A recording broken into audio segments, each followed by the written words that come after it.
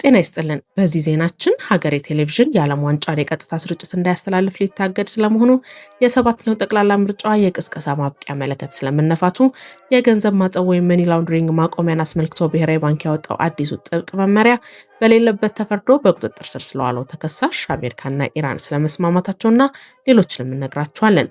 ላይክ እና ሰብስክራይብ እንዳይረሳ። አብራችሁን ቆዩ።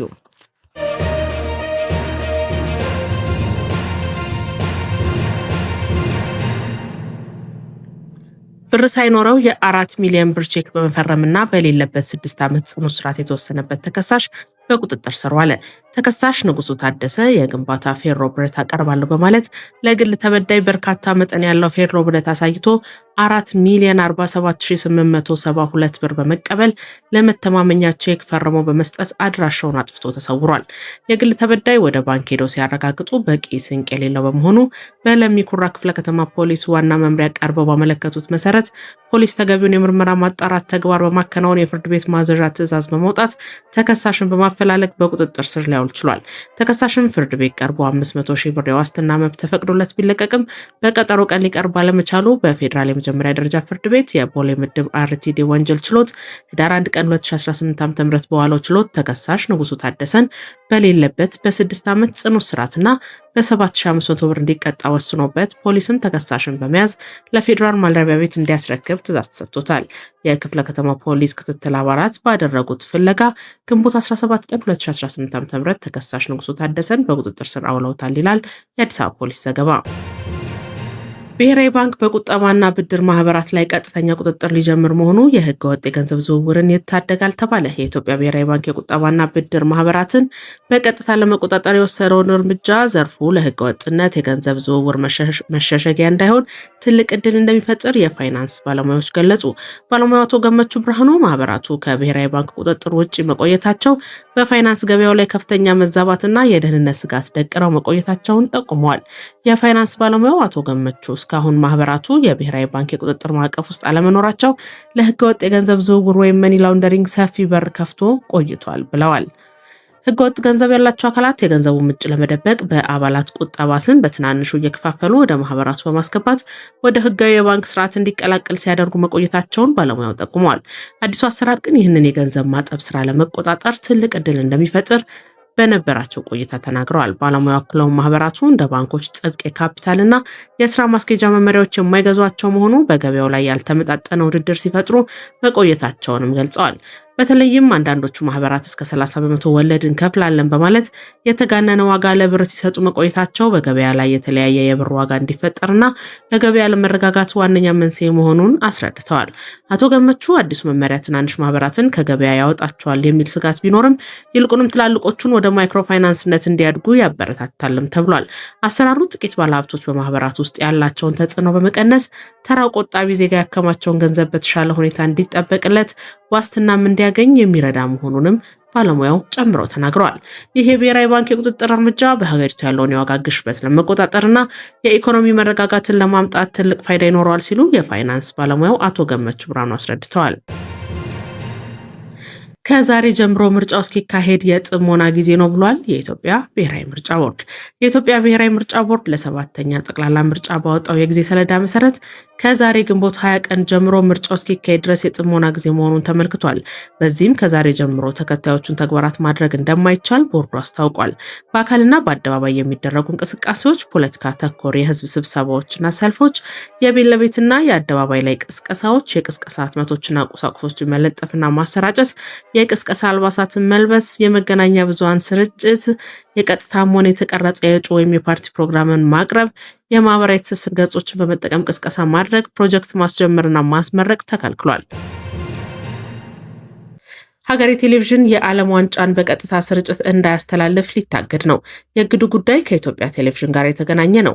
የኢትዮጵያ ቴሌቪዥን ከዚህ ጋር በተገናኘ ቴሌቪዥን ጣቢያው ስርጭቱን እንዳያስተላልፍ የሚጠይቀውን ደብዳቤ ለኢትዮጵያ መገናኛ ብዙሃን ባለስልጣን ልኳል። ከጥቅም ግጭት ጋር የተያያዘ መሆኑንም የአንድ አፍታ ሚዲያ ምንጮች ገልጸዋል።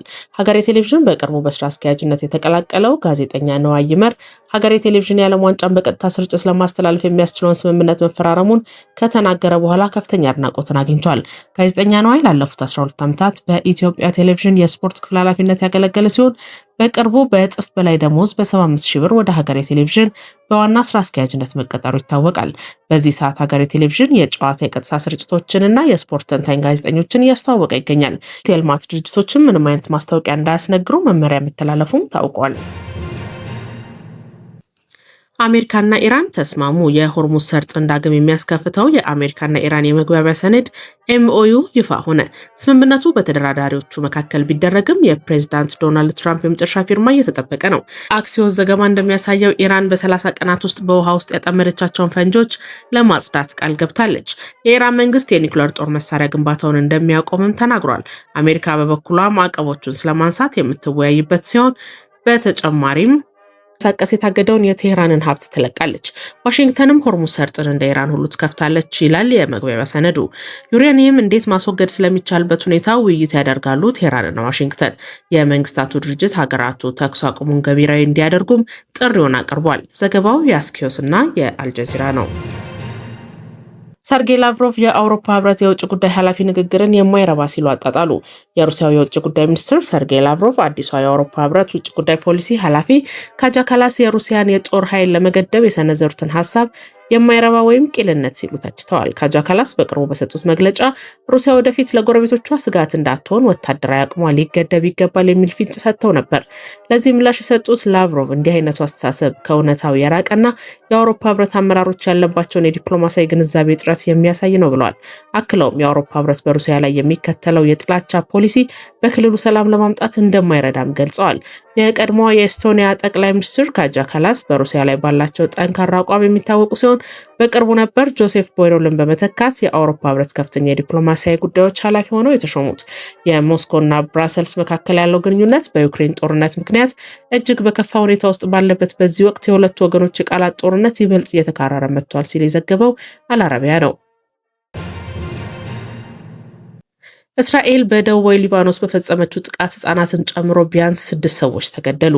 በደቡባዊ ሊባኖስ ናቢ ሳሪ በተባለ አካባቢ እስራኤል በፈጸመችው የሰው አልባ አውሮፕላኖች ጥቃት ህጻናትን ጨምሮ ቢያንስ 6 ሰዎች መገደላቸውን የሊባኖስ ብሔራዊ የዜና አገልግሎት ኤንኤን ዘግቧል። የተገደሉት ሰዎች የአንድ ቤተሰብ አባል እንደነበሩም ተነግሯል። ቀደም ሲል የእስራኤል ጦር በደቡባዊ ሊባኖስ የጢሮስ ወረዳ በዛቆቅ አልሙዳፊ እና በጢሮስ ከተማ ነዋሪዎች ላይ አዲስ የግዳጅ ማፈናቀል ትዕዛዝ ማውጣቱን አስታውሶ የዘገበው አልጀዚራ ነው። የእስራኤል ኃይሎች መላው የጢሮስ ከተማን ጨምሮ በሁሉም የደቡባዊ ሊባኖስ ክፍሎች ላይ አስገዳጅ የቦታ ለቀቃ ትዕዛዝን አስተላልፈዋል። ከዋና ከተማዋ ቤይሩት በስተደቡብ 80 ኪሎ ሜትር ርቀት ላይ በሜዲትራኒያን ባህር ዳርቻ ላይ የምትገኘው ጢሮስ በዓለም ላይ ሰዎች ሳያቋርጡ ከኖሩባቸው ጥንታዊ ከተሞች አንዷ ስትሆን ከቀደምት የፌኒቄያውያን ታላላቅ ከተሞች አንዷ በመሆን ትታወቃለች። ከተማዋ በውስጧ 60 ሺህ ያህል ነዋሪዎችን ያቀፈች ሲሆን በአካባቢው ያሉ የከተማ ዳርቻዎችን ጨምሮ በአጠቃላይ 174 ሺህ ሰዎች ይኖሩባታል። ይሁንና አሁን ላይ እነዚህ ሁሉ ነዋሪዎች አካባቢያቸውን ለቀው እንዲሸሹ ትዕዛዝ ተሰጥቷቸዋል። ይህች ታሪካዊ ከተማ በጥንታዊ ሮማውያን የስፖርት ማዘውተሪያ የሚያገለግለውና በዩኔስኮ በዓለም ቅርስነት የተመዘገበውን ሂፖድሮም ጨምሮ በርካታ ጥንታዊ ቅርሶችን የያዘች ነች። ሰላም ባለባቸው ጊዜያት በሺዎች የሚቆጠሩ ጎብኚዎች ወደ ህዝባዊ የባህር ዳርቻዎችና የድንኳን ሬስቶራንቶቿ የምትስብ ታዋቂ የቱሪስት መዳረሻም ነበረች። በተጨማሪም የጢሮስ ባህር ዳርቻ የተፈጥሮ ጥበቃ ስፍራ፣ ተጓዥ አዕዋፋትና በአረንጓዴ የባህር ኤሊዎች ጨምሮ ልዩ በሆነ የብዝሃ ህይወት ሀብቶቿ ምክንያት እንደ አውሮፓውያን አቆጣጠር በ1999 ዓለም አቀፍ ጠቀሜታ እንዳለው የራምሳር እርጥበት መሬት ሆኖ ተመዝግቧል። ባለፉት 10 ዓመታት ውስጥ ጢሮስ በተደጋጋሚ የእስራኤል ጥቃቶች ኢላማ ሆና ቆይታለች። አንዳንድ የእስራኤል ባለስልጣናት እስከ ሊታኒ ወንዝ ድረስ ያለውን የሊባኖስ ግዛት ለመያዝ እንደሚፈልጉም ሲገልጹ ይሰማሉ።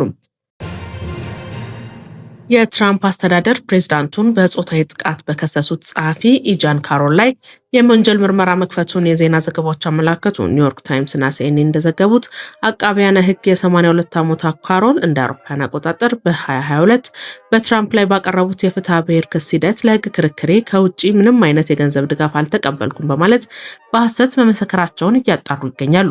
ካሮል ምስክርነቱን ከሰጡ ከ6 ወራት በኋላ የሊንክዲን አብሮ መስራች ከሆኑት ሬድ ጋር የሚደገፍ አንድ ግብረሰናይ ድርጅት ለካሮል የሕግ ባለሙያዎች ክፍያ የተወሰነ ድጋፍ ማድረጉን ጠበቆቻቸው ለፍርድ ቤት አሳውቀው ነበር። የትራምፕ ጠበቆች ካሮል ይህንን ድጋፍ ሆን ብለው ደብቀው ነው በማለት ታማኝነታቸውን ጥያቄ ውስጥ ቢያስገቡም በ2024 የኒውዮርክ የፌዴራል ይግባኝ ሰሚ ፍርድ ቤት ካሮል በሐሰት መስክረዋል የተባለውን ክስ ውድቅ አድርጎት ነበር። ካሮል ትራምፕን በጾታዊ ጥቃትና ስም ማጥፋት ከሰው በአጠቃላይ የ88 ሚሊዮን ዶላር ካሳ እንዲከፈላቸው በሁለት የተለያዩ ፍርድ ሂደቶች መወሰኑ ይታወሳል። የፍትህ ሚኒስቴር አሁን የጀመረው የምርመራ የትራምፕ አስተዳደር በፖለቲካ ተቀናቃኞቻቸውና ነቃፊዎቻቸው ላይ እንደ ቀድሞ የኤፍቢአይ ኃላፊ ጄምስ ኮሚና የኮንግረስ አባላት እየተከፈተ ያለውን ተከታታይ የወንጀል ምርመራ አካል መሆኑ በዘገባው ተጠቁሟል።